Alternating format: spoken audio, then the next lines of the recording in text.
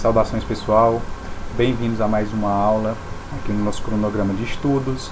Hoje estamos com o tema o Império Napoleônico, já continuando o conteúdo da aula passada. Bom, sejam muito bem-vindos, espero que estejam todos em casa e com saúde. Eu estou felizmente.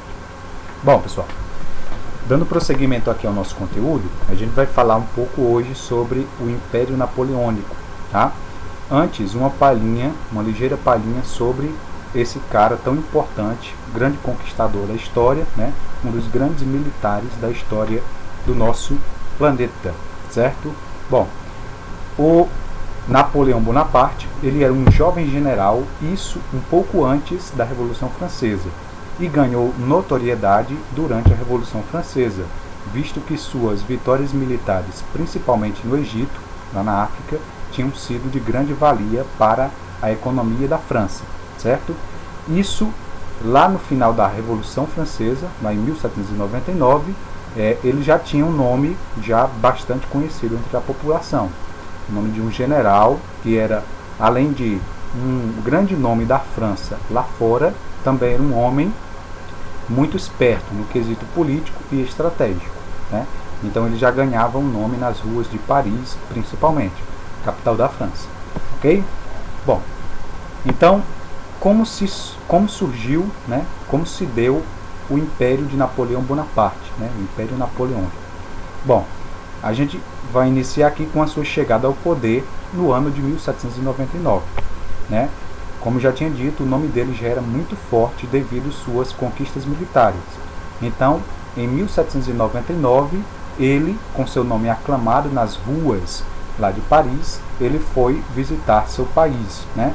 Obviamente por uma questão estratégica e política, né? Naquela época, para quem não lembra, né, eles já estavam finalizando a Revolução Francesa. Apesar dela não ter finalizado por completo, né, algumas coisas, né, que os iluministas lá no início tinham pedido já tinham sido implementadas, né, algumas leis, né, alguns direitos. Mas a França ainda continuava em uma séria crise econômica e principalmente política e social, né, ainda com protestos e tudo mais. E eles necessitavam de um nome para reerguer, né, a França diante da Revolução, né? Apesar de tudo isso, um país que não mais tinha o antigo regime como governo. Agora eles precisavam de um nome forte que pudesse dar ordem ao país, a França, né? E ao mesmo tempo pudesse fazer a França grande, né? Grande novamente. Então, o principal nome era Napoleão Bonaparte, né? Obviamente por ser um grande conquistador militar e um homem que inspirava ordem, né? Principalmente, e, claro, poder. Então, em 1799, após chegar ao seu país, ele sendo aclamado pelas ruas, começou a ganhar notoriedade também no parlamento, certo? Até que em novembro daquele ano, de 1799, né, através de um pequeno golpe, conhecido como o famoso 18 Brumário, certo? Isso em novembro de 1799, ele consegue, né, ganhar mais poder e mais notoriedade, não só no parlamento, mas também referente à população, né, em meio às ruas. Bom, então após sua chegada da França, né, à França, certo? Vindo do Egito, ele estava com seu nome lá em cima, principalmente em relação à população que estava indo às ruas protestar, certo? Então, no ano de 1799, ele deu um pequeno golpe, né, no parlamento e que ficou conhecido como 18 Brumário, sendo que no nosso calendário o dia é 9 de novembro, tá? Mas ficou conhecido como 18 Brumário. Então, esse golpe levou seu nome ao poder, tanto no parlamento, como levando seu nome ao poder também nas ruas, né? Então, após assumir ao poder e algumas escaramuças com os jacobinos, principalmente, né, que eram contrários à sua entrada no poder, ele conquistou o poder máximo e absoluto na França, certo? Mas foi somente em 1802, depois de protestos e algumas escaramuças com outros grupos sociais, que ele realmente conseguiu o poder legítimo na França, através de um plebiscito, onde a população votava, né, aqueles que podiam votar na época, e o elegeram cônsul vitalício, né, ou seja, aquele que detém o maior poder no território francês, certo? Então, após tornar-se cônsul vitalício, ele exigiu certas medidas e colocou também em prática certas regras, principalmente tendo em vista a economia francesa, que apesar de ser grande, andava um pouco cambaleante.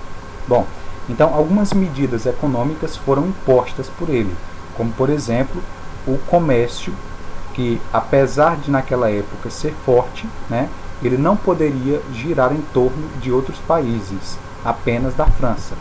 E o principal inimigo econômico naquela época da França era a Inglaterra.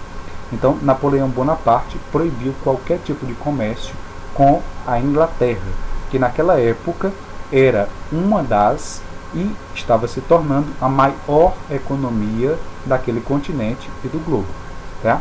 Então, a Inglaterra agora passava a não mais comercializar com outros países, visto que o bloqueio dado por Napoleão Bonaparte era um bloqueio tanto econômico quanto militar. Ok?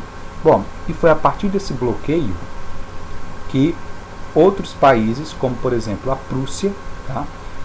E obviamente a Inglaterra, passou a guerrear em certos territórios com o exército francês.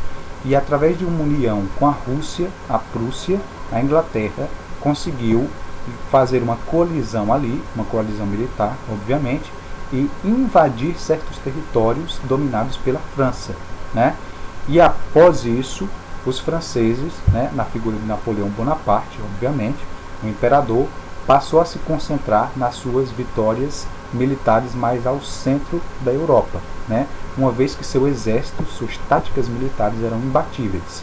Mas ele não poderia chegar na Inglaterra, visto que a marinha inglesa naquela época era a mais forte e a maior do mundo.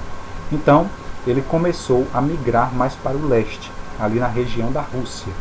E, após uma certa quebra de regras, principalmente da Rússia e de Portugal, ele começou a invadir esses territórios, a partir do ano de 1807, certo?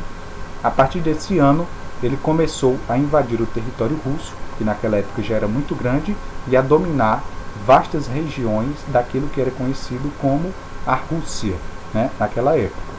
E em 1814, uma coalizão de países também começou a se unir contra essas investidas de Napoleão Bonaparte, né? E a principal batalha ocorreu no território russo, uma vez que o território russo era um tanto diferente e muito, mas muito diferente daquele que Napoleão Bonaparte estava acostumado a lutar, né?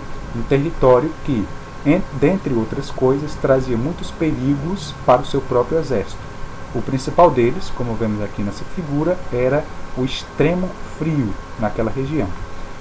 Como seu exército não estava preparado para esse tipo de combate, né, apesar de ter ganho várias vitórias, batalhas militares nessa campanha lá da Rússia, eles não conseguiram chegar dentro da capital Moscou. Chegaram até suas portas, né, ali bem próximo. Mas eles não conseguiram, visto que o inverno russo era extremamente rigoroso e seus soldados sequer tinham roupas e condições necessárias para sobreviver, quanto mais para batalhar. Bom, e foi a partir daí que Napoleão Bonaparte começou a regredir seu exército e começou a perder poder. E foi a partir daí que outros países viram a chance de invadir a França e tomar o que a França já tinha tomado desses países, né? E obviamente a Inglaterra queria muito derrubar a economia francesa